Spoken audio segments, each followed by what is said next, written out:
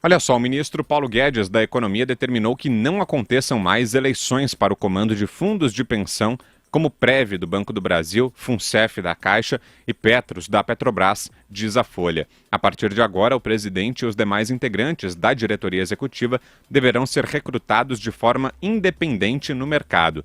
Segundo o jornal, a decisão foi tomada na sexta-feira da semana passada, dia 20, em reunião extraordinária do Conselho Nacional de Previdência Complementar, do qual Guedes é o presidente. Essa nova resolução ainda não foi publicada no Diário Oficial da União. Parece uma boa medida, né, Adriles? Que é um princípio de governo essencialmente liberal. Eu vou contar uma descrição aqui, sem dizer nomes. Eu tenho um parente que foi diretor da Caixa Econômica Federal há 20 anos atrás. Não vou dizer o nome dele, claro. Ele era um petista de carteirinha. Ele era um entusiasta da figura do Lula, da ruptura de um modelo tradicional oligarca de país. Depois aconteceu o que aconteceu. A primeira medida, quando o Lula tomou posse, foi exonerá-lo e colocar um apaniguado petista afeito à sua ideopatia.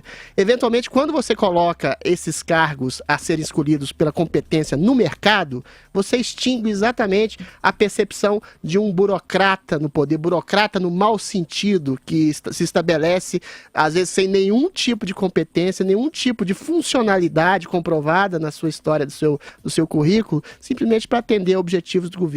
É um princípio de um governo essencialmente liberal. Oxalá continue assim por muitos anos. Conrado. É sempre bom quando a gente viu o dinheiro que foi emprestado para o BNDES, né, Portos de Mariel, blá, blá, blá, blá, blá. Parte daquele dinheiro emprestado vinha exatamente de alguns fundos, né, como a própria Petros.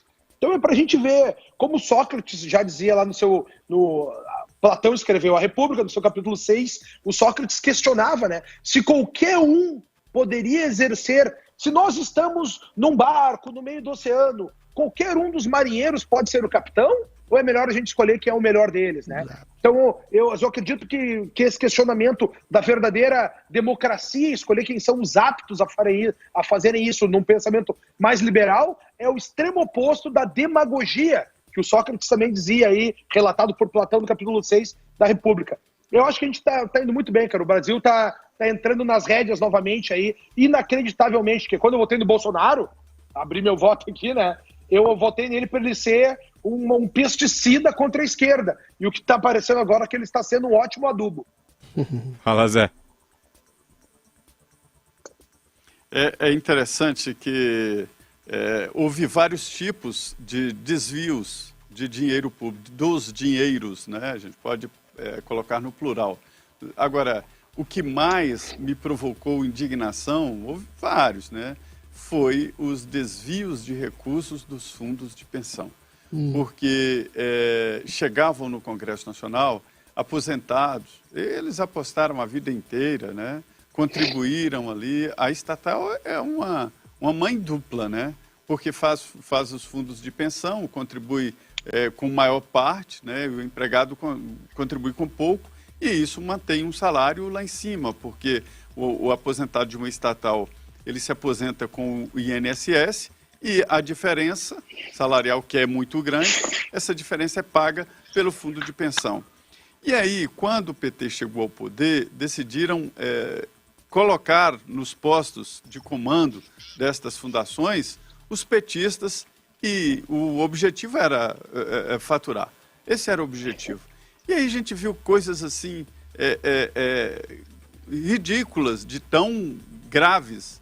É o caso da Funcef, que investiu, eu até anotei aqui, investiu 350 milhões de reais na Sete Brasil. Né? É dinheiro dos aposentados da Caixa Econômica Federal. O rombo lá ficou em 5 bilhões e 500 milhões de reais. A CPI dos fundos de pensão da Câmara dos Deputados revelou negociações combinadas para a aplicação do dinheiro dos fundos de pensão. Petros, o fundo que é da Petrobras, o fundo dos Correios, do Banco do Brasil, a Previ, enfim, todas as estatais. E os diretores e presidentes, Adriles, o seu parente saiu para a chegada de um que pudesse fazer o jogo da casa. Exatamente. E eles entraram investindo em avião caindo. a história assim, quanto você me dá para investir aí? Agora, o que eu vejo é a dificuldade dessas pessoas que estão aposentadas. O que tem que ser feito é cobrar desses diretores que aplicaram o dinheiro do fundo de pensão de uma maneira irregular. E cobrar deles e da família deles. Perfeito. Eu defendo, eu acho que até mais importante do que ficar querendo cadeia eterna, é que devolvam esse dinheiro. É preciso atacar a economia do crime. A economia do crime ela é calculada por economistas, né? E no Brasil vale a pena, porque o risco é pequeno e a lucratividade é muito alta. Isso é bem mais fácil do que assaltar um banco, do que explodir um caixa, mas é roubo igual ou pior. Então, o prejuízo dos fundos de pensão foi muito grande. Então, colocado isso aí, é preciso mudar. Fica evidente, não dá para continuar assim e com o mesmo trabalho, com as mesmas posições, chegar a resultados diferentes. Então, esta ideia de buscar dirigentes no mercado é interessante, porque tira o peso político e joga a responsabilidade no gestor. Você está Exato. gerindo fundos de velhinhos, de aposentados, qualquer dinheiro público e de público, que são dinheiros diferentes, né? É muita responsabilidade. Agora, nesse caso aí, a responsabilidade é muito maior. Senhores, eu assisti na CPI dos fundos de pensão horrores e narrativas que arrepiavam qualquer um. O problema atávico, histórico do Estado inchado brasileiro, que sempre foi referendado por políticos como Getúlio Vargas e reverberado na percepção do povo de um Estado maior, Estado tutelário, o tutelador, o Estado mãe, né? É exatamente isso. O servidor público não serve ao público, serve exatamente aos próprios interesses. Claro, há exceções, nobres exceções. E o governo faz com que o Estado seja um servidor dos próprios interesses do governo.